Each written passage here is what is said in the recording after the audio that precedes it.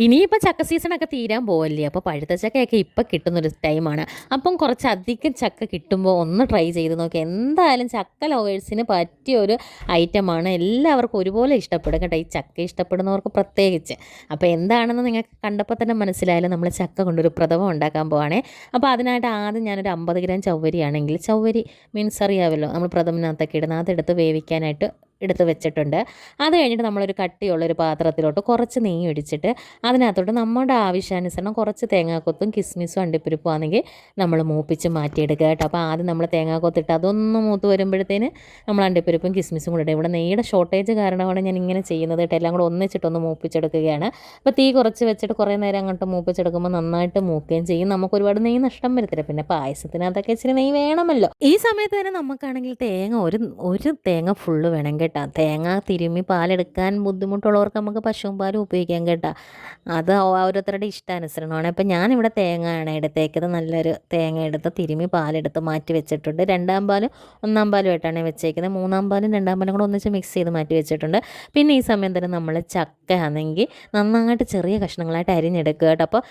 അപ്പോൾ ചെറിയ കഷ്ണങ്ങളായിട്ട് അരിഞ്ഞെടുക്കുമ്പോൾ നമ്മൾ കഴിക്കുമ്പോൾ നമുക്ക് അങ്ങ് കുഴപ്പമില്ല. ഇച്ചിരി വലിയ ചക്ക ഇഷ്ടമുള്ളവർക്ക് ഇച്ചിരി വലിയ കഷ്ണമായാലും പ്രശ്നമൊന്നുമില്ല കേട്ടോ.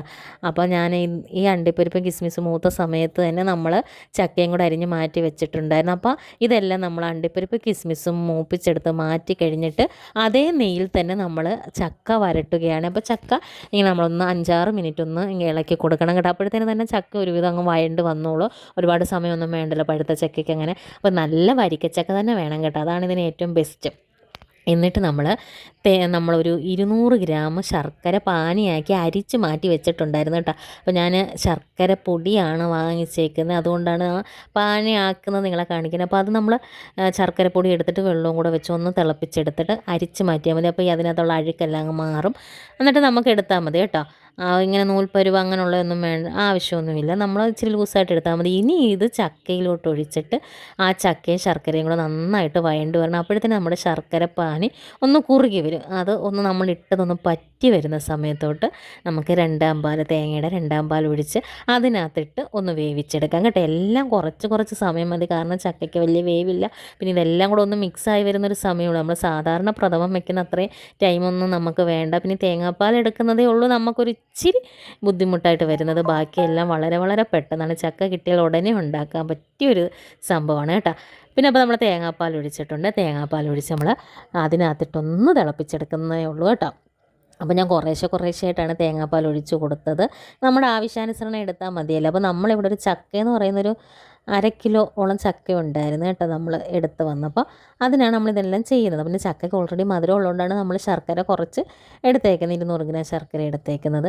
ഇനി നമ്മൾ തേങ്ങാപ്പാലും ഇതും എല്ലാം കൂടെ ഒന്നിച്ച് വെന്ത് വരുമ്പോഴത്തേന് നമുക്ക് ഇതിനകത്ത് കുറുകാൻ പറ്റിയ വേറൊരു സംഭവം ഇല്ലല്ലോ.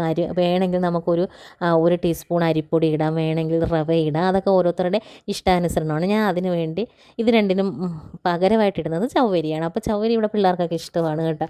അതുകൊണ്ടാണ് നമ്മൾ അതിടുന്നത്. ഇതില്ലാത്ത ഒരു അരിപ്പൊടിയോ റവയോ ഇട്ട് ബാലൻസ് ചെയ്താൽ മതി. ഒന്ന് കുറുക്കിയെടുക്കാം കേട്ടോ. അതൊക്കെ അവരവരുടെ മനോധർമ്മം അനുസരിച്ചാണ്. അപ്പം ഞാനിവിടെ 50 ഗ്രാം ചവ്വരി വേവിച്ചത് ഇതിൻ്റെ കൂടെ ഇട്ട് കൊടുക്കുകയാണ്. അന്നേരപ്പോഴത്തേന് ഇത് പെട്ടെന്ന് കുറുകി വരും. നല്ല തിക്ക് കൺസിസ്റ്റൻസി ആയിട്ട് വരും കേട്ടോ. അപ്പോൾ ഇതെല്ലാം കൂടെ ഒന്ന് ചൂടാക്കിയെടുക്കുക, ഒന്ന് തിളപ്പിച്ചെടുക്കുക കേട്ടോ. ഇത് ശർക്കര പാനിയും പാലും ചവ്വരിയും ചക്കയും എല്ലാം കൂടെ ഒന്ന് മിക്സ് ആക്കുക. പിന്നെ നമ്മൾ അടി പിടിക്കാതെ ഒന്ന് ഇളക്കി കൊടുക്കുക കേട്ടോ.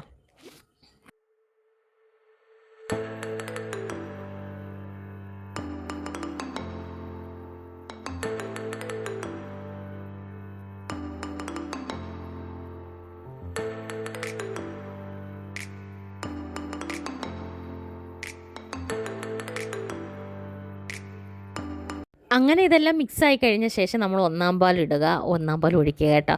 ഒന്നാം പാൽ ഒഴിച്ച് കഴിഞ്ഞിട്ട് നമ്മൾ ഒരുപാട് നേരം തീ കൂട്ടി വെക്കരുത്. ജസ്റ്റ് ഒന്ന് ചൂടാക്കി എടുക്കാം, അല്ലെങ്കിൽ പിരിഞ്ഞു പോകും കേട്ടോ. അപ്പം ഞാൻ ഒന്നാം പാൽ ഒഴിക്കുകയാണ്. അപ്പോൾ ഒന്നാം പാൽ ഒഴിച്ചിട്ട് ജസ്റ്റ് നമ്മളൊന്ന് ഇളക്കി കൊടുത്തിട്ട് അപ്പം തന്നെ സ്റ്റൗ ഓഫാക്കുക. അപ്പോഴത്തേന് ഇത് കുറുകി വരും. എന്നിട്ട് നമ്മൾ ചെയ്യേണ്ടതെന്ന് പറഞ്ഞാൽ കുറച്ചൊരു 1/4 ടീസ്പൂൺ ജീരകവും ഒരു ചെറിയ കഷ്ണം ചുക്കും ഒരു 4-5 ഏലക്കായും കൂടെ നന്നായിട്ട് ചീനിച്ചട്ടിയിലിട്ട് മൂപ്പിച്ചെടുക്കുക. മൂപ്പിച്ചെടുത്തിട്ട് നമ്മൾ മിക്സിയിലിട്ട് പൊടിച്ച് നമ്മൾ പായസത്തിനകത്തോട്ടിടുക. നല്ല ഫ്ലേവറാണ്. നമ്മൾ പ്രഥമന് സാധാരണ ചെയ്യുന്നത് പോലെ കേട്ടോ. പിന്നെ ചുക്കിൻ്റെയും ജീരകത്തിൻ്റെയും സ്മെൽ ഇഷ്ടമല്ലാത്തവർ ഏലക്ക മാത്രം ഉപയോഗിച്ചാലും മതി. പക്ഷേ അത് ഇടുമ്പോഴാണ് നമ്മുടെ വീട് മൊത്തം നല്ലൊരു പരിമളം പരക്കം.